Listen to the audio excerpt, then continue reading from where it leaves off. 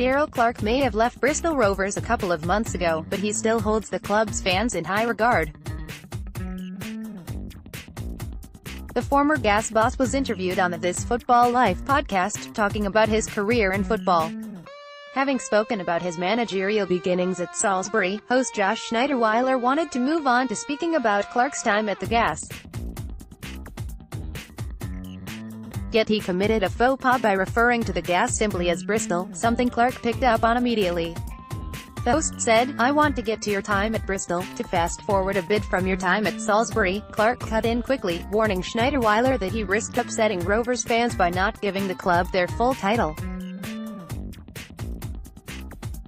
"Don't upset the Bristol Rovers fans by calling it Bristol, Josh," he laughed. "Listen, it's very important to the supporters, it's Bristol Rovers.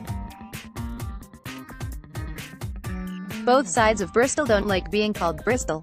It's Bristol Rovers." Clarke also opened up on rejecting the opportunity to take charge of Leeds, and says he will always have a special relationship with Gas heads. "A lot of managers and coaches say I was crazy for not taking that, but for me it was the right decision and I don't look back on it with regret. I think everybody wants to harp on about players and managers not showing loyalty when another club comes knocking, but I'm not like that. I could have filled my bank balance up a lot more, probably would have been out the job with Massimo, bless him, in a month or two.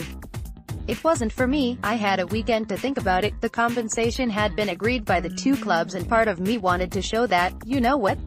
Bristol Rovers fans and the club had given me a right opportunity to kick on and I wanted to show that loyalty.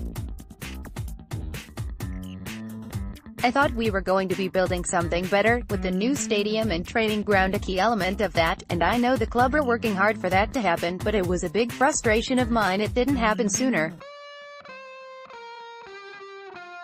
I don't have any regrets about that. I certainly showed that loyalty and I think that shows why I've got a strong rapport with the majority of Bristol Rovers fans. I'm sure there's one or two that think the other way, but with me it will always be a special relationship."